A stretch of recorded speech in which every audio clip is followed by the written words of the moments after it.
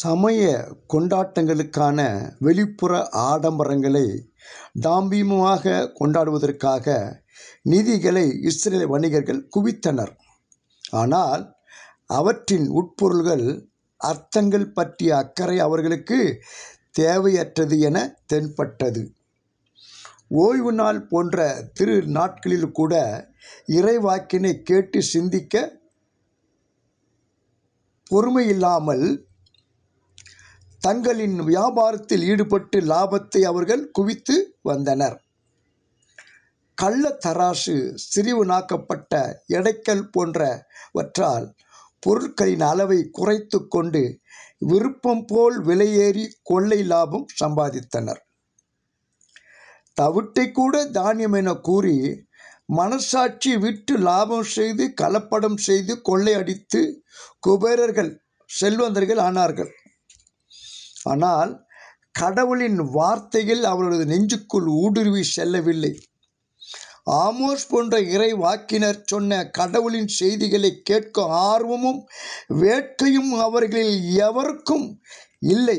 இதனை கண்ட கடவுள் கிணற்றில் போட்ட கல்லை போல மக்கள் செயலற்று சோம்பி கிடந்ததால் தமது இறைவாக்கை நிறுத்தி விடுவதாக எச்சரிக்கை விடுத்தார் கடவுள்.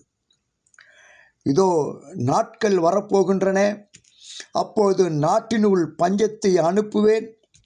அது உணவு கிடைக்காத பஞ்சமோ நீர் இல்லா வறட்சியோ அன்று, கடவுளின் வாக்கு கிடைக்காத பஞ்சமே அது.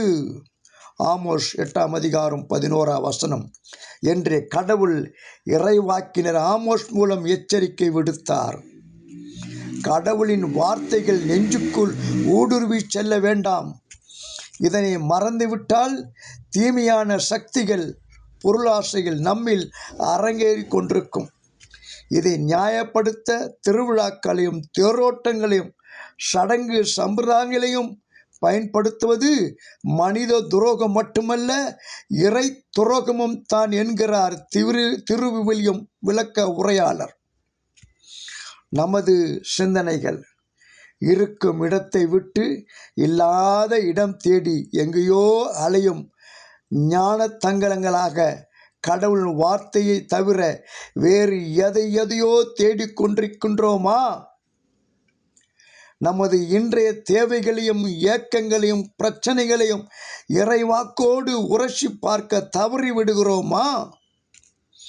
கடவுளின் அருள் வாக்கை நம் மனதிலும் ஞாபகத்திலும் உளவிடுவோம்.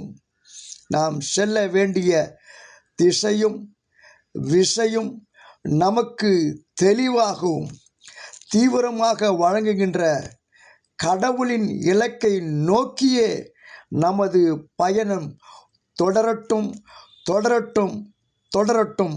சிந்திப்போம். கடவுள் உங்களை ஆசீர்வதிப்பாராக.